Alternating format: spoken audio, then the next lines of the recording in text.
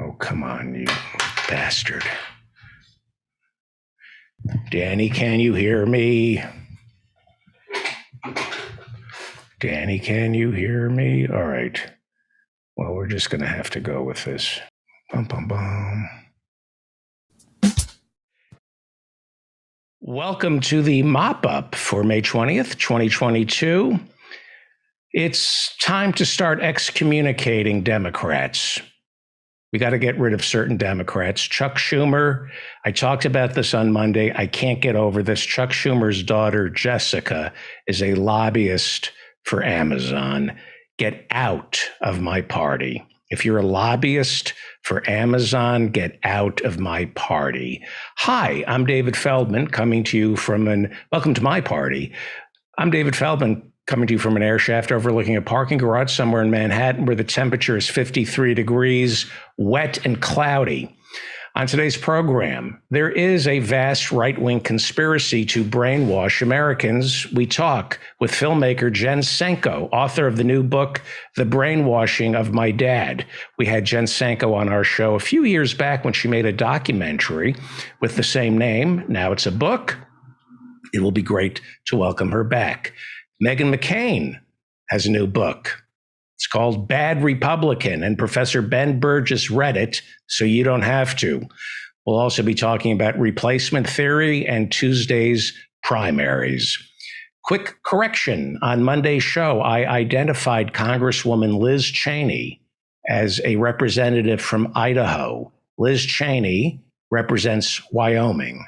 I am sorry for both the mistake and the fact that there is a Wyoming and an Idaho.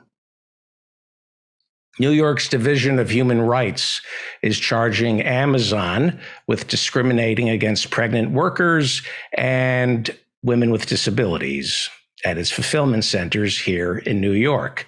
Amazon is accused of injuring pregnant women by forcing them to lift boxes weighing more than 25 pounds. Amazon is also accused of not accommodating workers with disabilities. That's all according to New York's Division of Human Rights today. Last September, Bernie Sanders and Democratic senators Kirsten Gillibrand, Richard Blumenthal, Bob Casey, Sherwood Brown, and Elizabeth Warren asked the Equal Employment Opportunity Commission to investigate Amazon's systemic failure to provide adequate accommodations for pregnant warehouse workers. I wonder if Jessica Schumer, Chuck Schumer's daughter, Senate Majority Leader Chuck Schumer's daughter, Harvard Law graduate Jessica Schumer, is going to lobby all these Democrats on behalf of Amazon. Harvard Law, Jessica Schumer. Piece of shit, Jessica Schumer. The road apple doesn't fall far from the horse's ass, her father. The average American family spends $5,000 a year on gasoline, twice what it spent a year ago today. That's according to a new study. Now, look, the price of gasoline is going up. That's not a supply chain issue. America is energy independent. All that oil is here in America, and it used to be all ours. Back in 1975, during the height of the oil crisis, Congress passed the crude export oil ban, which meant when we drilled oil, it was for domestic consumption and domestic consumption only. You know, energy independence, drill, baby, drill. Then 40 years later, in December of 2015, Democratic President Barack Obama signed legislation to lift that crude oil export ban to help domestic oil producers get more money by charging us more for gasoline. See, back when Obama lifted the export ban, oil was selling at $30 a barrel. So instead of getting this country off fossil fuels, instead, Obama lifted the crude export oil ban, 40 years of that lifted, and now oil and gasoline prices were then pegged to the international market, not the domestic market. See, if you can't export our oil, All the oil we drill is simply for domestic consumption, and that would drive prices down. So much for energy conservation and independence, right? We drill in the Gulf of Mexico, we drill in Alaska, we defile our air, water, and parks to drill for oil, and it's sold to us as energy independence, drill, baby, drill. Right now, Republicans are spreading the lie that the only way to bring down the price of gas is to drill more. But Exxon, with its record profits, isn't spending money on drilling. It's taking its record profits and paying record dividends to shareholders. Exxon won't drill because more drilling creates more of a supply, which means less of a demand, and they're afraid oil is going to go back down to $30 a barrel. We were promised that by drilling domestically, we would never again fall prey to world events or the vicissitudes of the global market. But, as I said, the oil companies drilled and drilled and drilled. They had too much oil. Gas got too cheap. Oil got too cheap, which means their profits went down. So Barack Obama and the Democrats, working with the Republicans, lifted the ban on exporting crude oil, which meant American oil went into the global marketplace. And that allowed it to get sold to the highest bidder, which is why we're no longer protected when Russia's oil supply is cut off. Once again, we are paying twice as much for oil due to artificial scarcity. This is not a supply chain issue. We have plenty of oil, and oil should be cheap. Obama lifted the crude export oil ban back when oil used to be $30 a barrel. And now, thanks to Obama, it got pegged to the international market. Now it's about $110 a barrel. All those subsidies we give the oil companies to drill in America, and still, oil costs more than ever. Oil costs more than ever. Exxon started 2022. Their stock started the year selling for about $60 a share.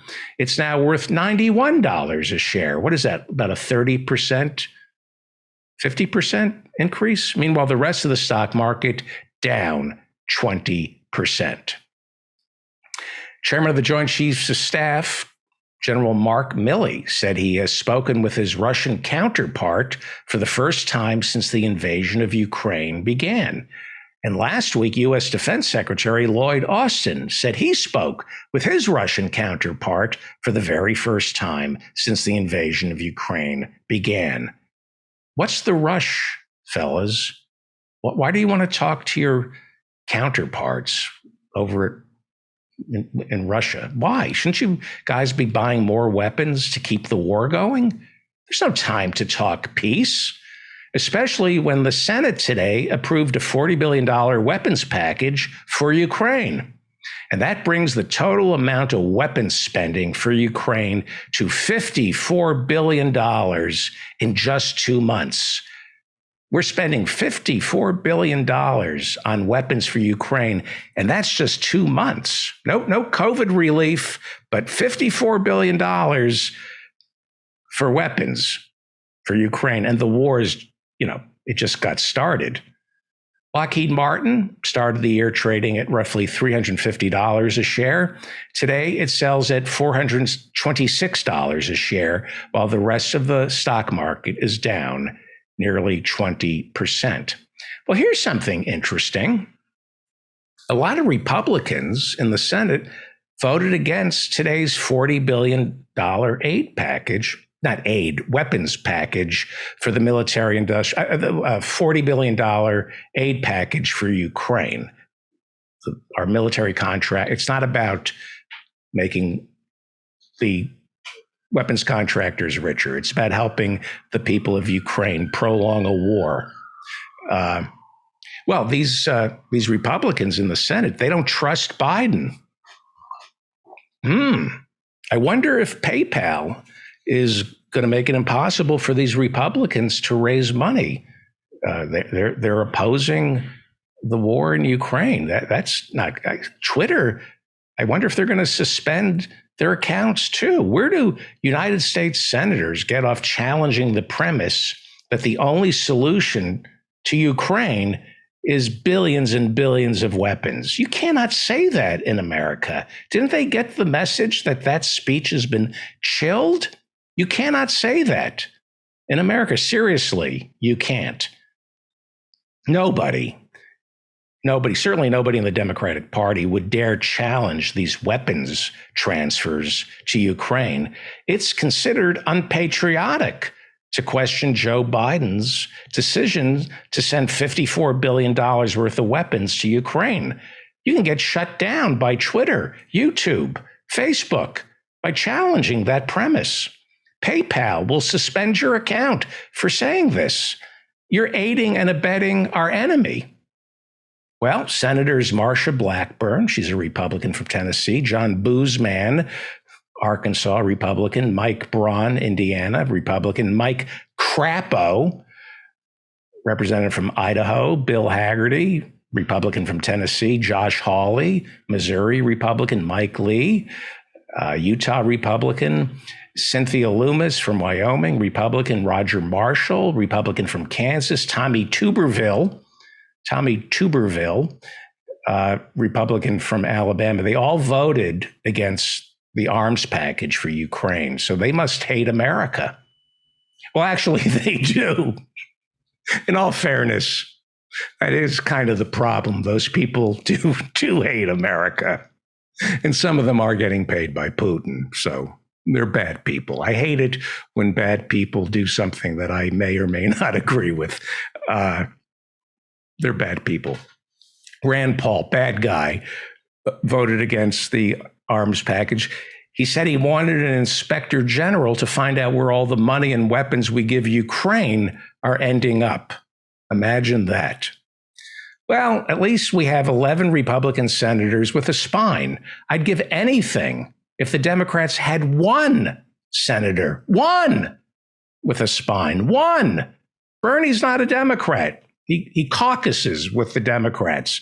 Not a single Democrat in the Senate with a spine to stand up for what they think is right. Well, George W. Bush, remember him? Number 43. He felt the need. He was worried that, we weren't going to send weapons to Ukraine, and he's a Republican, so he spoke out in favor of arming the Ukrainian people because he says there's no talking with Vladimir Putin. George W. Bush says Vladimir Putin must go, and who better to advocate regime change than George W. Bush? This is the guy who overthrew Saddam Hussein, and we all remember how great that turned out. Here's George W. Bush speaking at the George W. Bush Center for Inquiring Minds that are the size of a gerbils. I don't know. He's got some tax dodge going in Texas with his name on it, and he speaks up. Here he is telling his fellow Republicans to support the $54 billion or the whatever we're sending this time. We got to send weapons to Ukraine. We have to overthrow Putin. We have to overthrow Putin, so says former President George W. Bush. The result is an absence of checks and balances in Russia and the decision of one man to launch a wholly unjustified and brutal invasion of of Ukraine. Iraq, anyway. 75.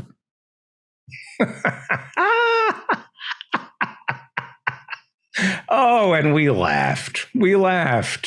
Iraq, Ukraine, Putin, Bush. Is there really a difference? No, there is no. Let's watch that one more time. And brutal invasion of of Ukraine. Ukraine, Iraq, Putin, Bush. What's the difference, right? There is no difference. Karl Marx famously said, history repeats itself.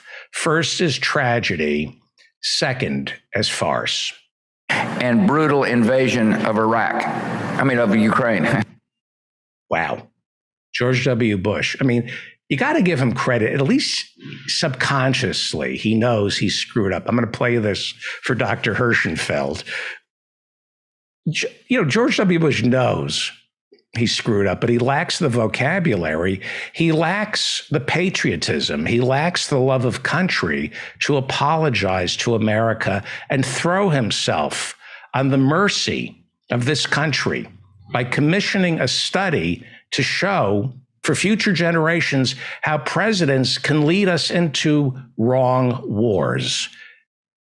No, for George W. Bush, it's just the long goodbye.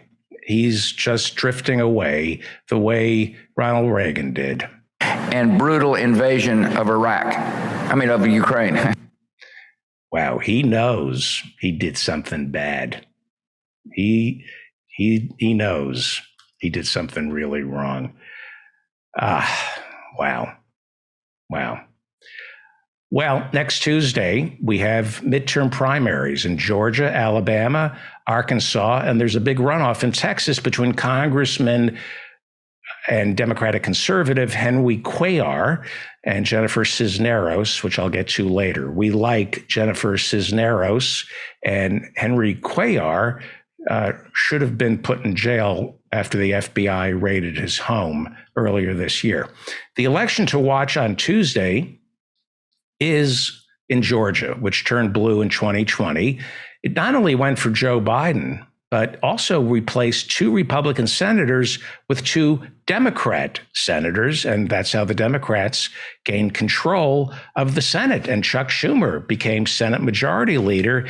And his daughter, Harvard Law School graduate Jessica Schumer, this piece of human excrement, she's a lobbyist for Amazon. And once the Democrats took the Senate, piece of human excrement, Harvard Law's very own Jessica Schumer probably got a raise from Amazon because she's a lobbyist for Amazon.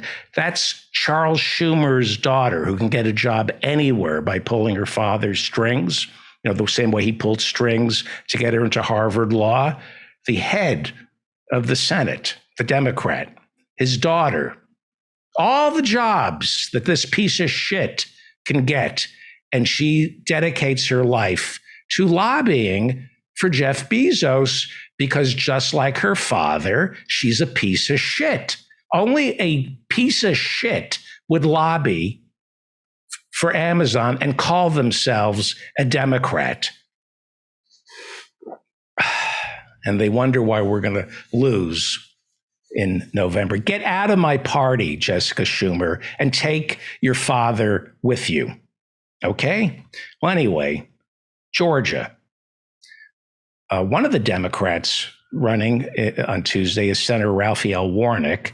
He's running for re-election since he was elected to finish off the term of Republican Johnny Isakson, who resigned for health reasons. Isakson was replaced temporarily by Kelly Loeffler, who should have resigned for mental health reasons.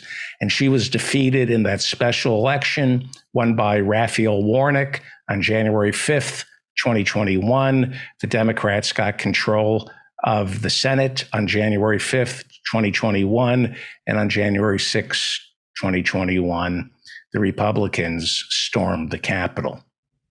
Georgia's Republican governor, Brian Kemp, is running for re-election. He has a challenger on Tuesday. Former Republican Senator David Perdue is running against Trump for the nomination, and Perdue is supported by Donald Trump, who insists Governor Kemp shouldn't be reelected because Governor Kemp didn't do enough to steal Georgia for him back in 2020.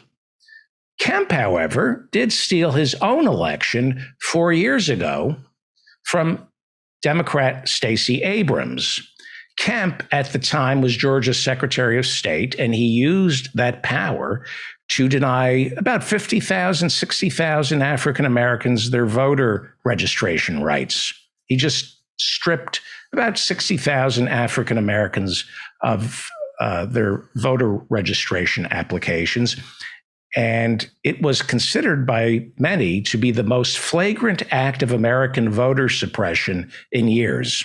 He also closed 8% of Georgia's polling stations where a disproportionate number of African Americans live. That's why he defeated Stacey Abrams, the African American Democratic candidate, by about 50,000 votes. That's a stolen election. But unlike Al Gore, who also had his election stolen, Stacey Abrams refused to concede. Stacey Abrams waited 10 days, then held a press conference to say, quote, "I acknowledge that former Secretary of State Brian Kemp will be certified as the victor in the 2018 gubernatorial election. However, this is not a speech of concession." Can you imagine if Al Gore did that? Stacey Abrams went on to say, "You see, I'm supposed to say nice things and accept my fate. They will complain that I should not use this moment to recap what was done wrong or to demand a remedy. And I will not concede because the erosion of our democracy is not right." That's Stacey Abrams, who is running on Tuesday for the Democratic nomination once again, unopposed, because nobody in their right mind, no Democrat in their right mind, would challenge Stacey Abrams. She's not bad for a Yale Law School graduate. I hope she wins, but she's still not on our side. If you graduate from Yale Law School, you're still the enemy. I'm sorry. You're not on my side. She's running unopposed Tuesday for the Democratic nomination. I hope she wins. She does have a spine, but she's not on our side. She's a graduate of Yale Law School. Kemp's communication director, Ryan Mahoney, was infuriated when Stacey Abrams in 2018 refused to concede. He called her speech a disgrace to democracy. The spokesman for the guy who stole the election, her failure to concede is a disgrace to democracy. And when Trump refuses to concede Georgia, then it's voter fraud. Stacey Abrams, I hope she wins, but she can be bought because she's a Yale Law School graduate. I would vote for a Yale Law School graduate over a Southern Republican, but not by much. She's kind of wishy-washy on Medicare for all, for example. We'll ask Professor Harvey J. Kaye his problems with Stacey Abrams. Well, this past Tuesday was a pretty good night for progressives. Pennsylvania has a lieutenant governor. His name is John Fetterman, and he won the Democratic nomination for senator.